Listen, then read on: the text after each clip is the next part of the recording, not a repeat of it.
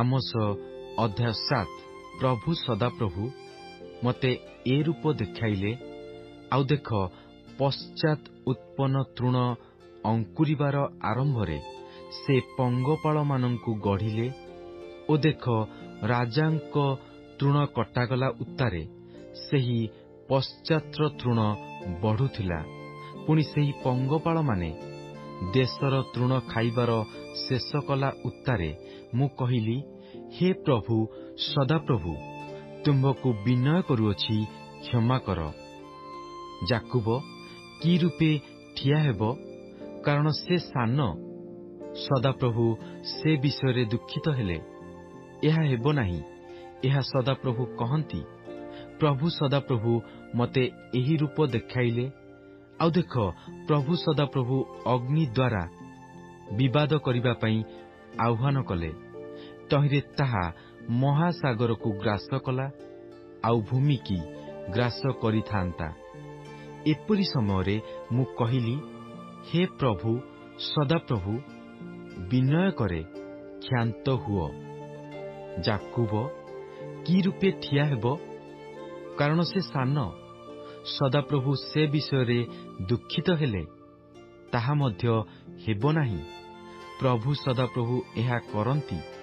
ସେ ମୋତେ ଏ ରୂପ ଦେଖାଇଲେ, ଆଉ ଦେଖ, ପ୍ରଭୁ ଆପଣା ହସ୍ତରେ ଓଳମ ଘେନି ଓଳମ ଦ୍ୱାରା ନିର୍ମିତ ଏକ କାନ୍ଥ ନିକଟରେ ଠିଆ ହେଲେ। ପୁଣି ସଦାପ୍ରଭୁ ମୋତେ ପଚାରିଲେ, ହେ ଆମୋସ, ତୁମ୍ଭେ କଣ ଦେଖୁଅଛ? ତହିଁରେ ମୁଁ କହିଲି, ଗୋଟିଏ ଓଳମ। ତେବେ ପ୍ରଭୁ କହିଲେ, ଦେଖ, ଆମ୍ଭେ ଆପଣା ଲୋକ ଇସ୍ରାଏଲର ମଧ୍ୟରେ ଓଳମ ପକାଇବା। ଆମ୍ଭେ ପୁନର୍ବାର ଆଉ ସେମାନଙ୍କୁ ଛାଡ଼ିଯିବା ନାହିଁ। ପୁଣି ଇସାକର ଉଚ୍ଚସ୍ଥଳୀ ସକଳ ଧ୍ୱଂସିତ ହେବ ଓ ଇସ୍ରାଏଲର ଧର୍ମଧାମ ସକଳ ଉତ୍ସନ୍ନ ହେବ। ଆଉ ଆମ୍ଭେ ଖଡ୍ଗ ଘେନି ଯାରବିଆମର ବଂଶ ବିରୁଦ୍ଧରେ ଉଠିବା, ଯେତେବେଳେ ବୈଥଲର ଯାଜକ ଅମତ୍ସିୟ ଇସ୍ରାଏଲର ରାଜା ଯାରବିଆମଙ୍କ ନିକଟକୁ ଏହି କଥା କହି ପଠାଇଲା, ଇସ୍ରାଏଲ ବଂଶ ମଧ୍ୟରେ ଆମୋସ ଆପଣଙ୍କ ବିରୁଦ୍ଧରେ ଚକ୍ରାନ୍ତ କରିଅଛନ୍ତି।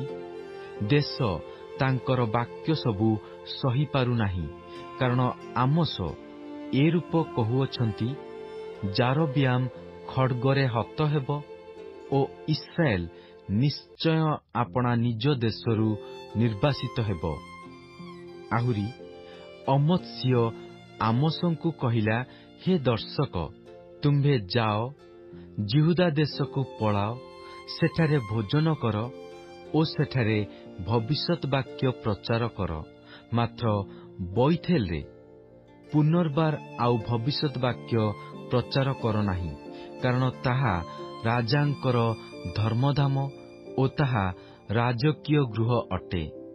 ତହିଁରେ ଆମୋସ ଉତ୍ତର କରି ଅମତ୍ସିୟକୁ କହିଲେ, ମୁଁ ଭବିଷ୍ୟତ ବକ୍ତା ନଥିଲି, କିଏ ବା କୌଣସି ଭବିଷ୍ୟତ ବକ୍ତାର ପୁତ୍ର ନଥିଲି, ମାତ୍ର ମୁଁ ଗୋପାଳକ ଓ ଡିମ୍ବୁରି ବୃକ୍ଷର କୃଷକ ଥିଲି।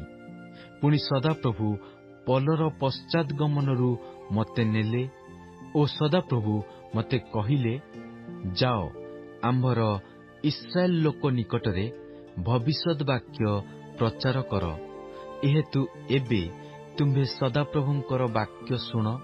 ତୁମ୍ଭେ କହୁଅଛ, ଇସ୍ରାଏଲ ବିରୁଦ୍ଧରେ ଭବିଷ୍ୟତ ବାକ୍ୟ ପ୍ରଚାର କର ନାହିଁ ଓ ଇସାକ ବଂଶ ବିରୁଦ୍ଧରେ ତୁମ୍ଭର ବାକ୍ୟ ବର୍ଷାଅ ନାହିଁ। ଏ ନିମନ୍ତେ ସଦାପ୍ରଭୁ ଏହି କଥା କହନ୍ତି, ତୁମ୍ଭର ଭାର୍ଯ୍ୟା ନଗର ମଧ୍ୟରେ ବେଶ୍ୟା ହେବ ଓ ତୁମ୍ଭର ପୁତ୍ର କନ୍ୟାଗଣ ଖଡ୍ଗରେ ପତିତ ହେବେ, ଆଉ ତୁମ୍ଭର ଭୂମି ପରିମାପକ ରଜ୍ଜୁ ଦ୍ୱାରା ବିଭାଗ କରାଯିବ। ପୁଣି ତୁମ୍ଭେ ନିଜେ ଅଶୁଚି ଦେଶରେ ମରିବ, ଆଉ ଇସ୍ରାଏଲ ନିଶ୍ଚୟ ଆପଣା ଦେଶରୁ ନିର୍ବାସିତ ହେବ।